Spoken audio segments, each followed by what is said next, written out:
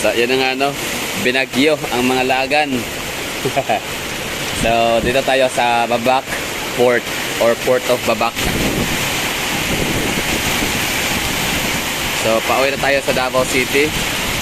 No, tatawid na tayo. Sakit tayo ng lancha or barge. Kaso nga lang, hinold muna tayo dito dahil nga sa napakalakas na hangin at ng ulan. So, good luck na lang sa mga kababayan natin, mga Davaoenyo na nasa sementeryo pa rin ngayon. Siyempre, dated today, November 2. All Souls Day pa rin. So, grabe, nasa siguro isang oras na mahigit yung ating pag-aabang dito ng barge tsaka ferry, no? Ibig sabihin is, yung mga sasakyan. So, sobrang dami ng mga tatawid papalit ng Davao City kasi linggo ngayon November 2. So, katatapos namin, ito na yung last day sa bakasyon. At yun na nga, pag bisita, no? Sa mga kamag-anak na mayapa na sa mga sementeryo. So yun, it's about time na magsiuwian ang mga Davaoenyo, no? Sa isla, from isla to Mindanao, Davao. So hindi ko alam kung pero parang nakatakot, no, delikado pag malakas ang hangin kasi kahit pala yung wave, kahit yung alon, no, lumalakas pala. Ayan, no. So meron sa video na to, simple lang, no? Kumbaga, binidyohan lang natin, kinover lang natin, nirecord lang natin. Okay, run out na. Ayan, samal. So yan yung advantage na pag nagkasamal ka kasi mahilig sila, ang bilis nila dito magkaroon ng, ayun, balik ulit. Ang bilis sila magkaroon ng power interaction. Grabe, lakas ang ulan. So may mga na-stranded dito sa looban dyan, sa likod na yan, kita niya yung tao. Stranded dyan sila. So tayo naman, hindi tayo pwede mas-stranded dito. So kaya natin bumalik sa port. Aray ko.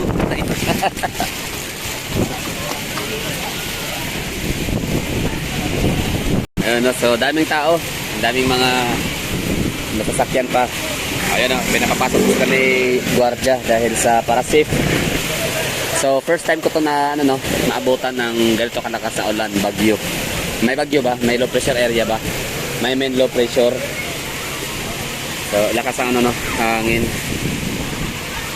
Ulan naman, malakas din ang ulan.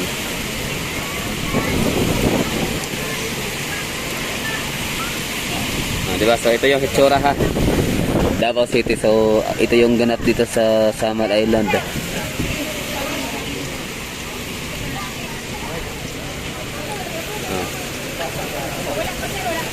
So wala pang lancha, wala pang barge. Ito yung mga natin dito, kasamahan, no? Mga na-stranded.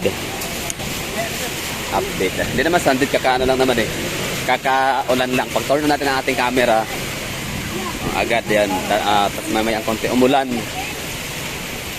So kawawa yung mga ganyan nito. Yan yung mga open yung sa likodan.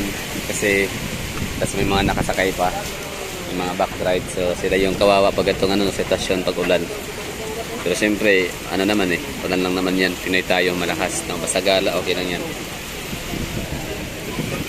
So wala lang, update lang. Samal, Port of Babac, papuntang Davao City. So November 2, inulan, malakas, hangin. So stranded yung marami. Sige nga, saan kayo pupunta? Basta kayo niyan.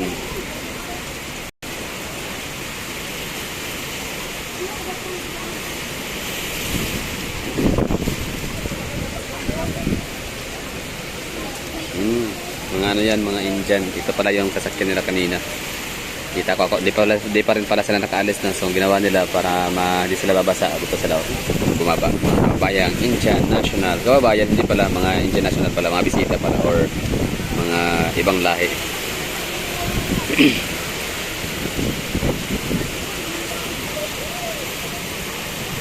Stranded. So ito yung disadvantage, ha. Pag-usapan na natin itong disadvantages kapag walang tulay na magdudugtong sa Davao City and Samar Island. Kasi kapag magatong pagkakataon, ulan, so hindi agad makakatawid, no? Stranded talaga ang mga tao.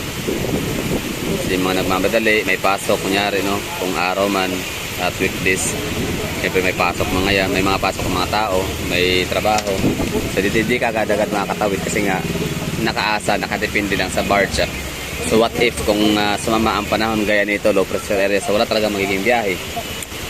Whereas kung kahit malakas ang ulan, may bagyo, di ko alam no kung pwede ba yung ano, pero tansya ko kaya pa rin naman siguro tumawid ng tulay. Ano sa tingin niyo? So ito ha, Davao City, November 2, All Souls Day. Binagyo, binagyo lang pala, wala palang baha. Siguro sa Davao ngayon baha na to, no? Kung mas nauna doon ang ulan, tapos maraming tubig ulan ang ibinuhos, so baha yan.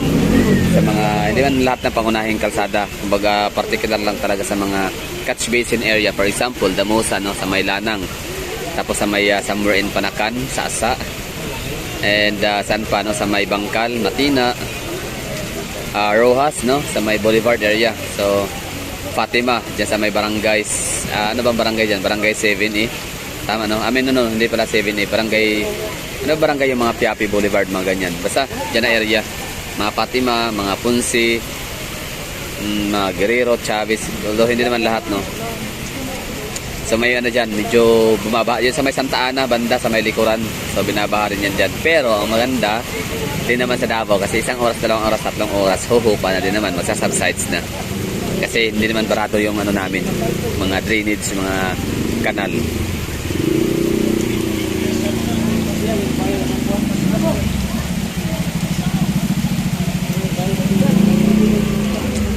So pagka may tulay na, hindi na magiging ito yung natin sitwasyon, no? So diretso na tayo makakatawid sa mainland Mindanao, Davao City. Sige, habol. Hindi pala siya sasakay ng barge. May hinatila siguro ang pasahero. Diba? So ito lang ha, ang video na to, walang masyadong ganap, walang masyadong trivia, walang masyadong mga information. Kumbaga, ayan, ito lang yung event lang talaga, lang natin, na-record, dinocument, no? Na yan na nga, inulan, malakas, ayun, may na, may barge na. So may barge na rin sa wakas, yan. So ang destination pala natin ay Panakan. Kilometer 13 Panakan sa Dabsang Port. Hindi tayo dun sa wharf, Sasa Wharf, no? Dun sa may Sasa Wharf kasi nga ang biyahe doon ay napaka tagal. Gawa nung napakaraming mga pila. Ang galing, dalawang barge. Siyempre alam nila yung Ito yung maganda sa Dabsang, pansin ko lang. Talagang dalawahan ba, isahan lang pala. So mabilisan sila, no? Tsaka mas malalaki yung nila, pansin ko. Yung kalang lagaya ng mga sasakyan. So sa kabila naman, doon mabilis din sila, medyo mabilis din ang kilo sila, no? Good din yun sa kabila. Saka mas mabilis yung magiging biyahe, like mga 9 minutes, no? Makakasakay na, maka-onboard na lahat at makakatawid na. Samantala ito sa Dabsang, medyo antayan talaga bago mapuno. So yun ang yung downside ng Dabsang compare sa dun sa Sasa Wharf. Pero yun ang bali dito na lang yung tatapusin na natin yung video. So ano ba meron dito? Siyempre, pag kinakita ko lang sa inyo na inulan kami dito. May baha na, inulan kami dito. Oras, time check tayo, 6:45 ng gabi, Linggo, November 2, 2025. Port of Babac, Island Garden City of Samal, Davao del Norte, Region 11, Mindanao, Philippines.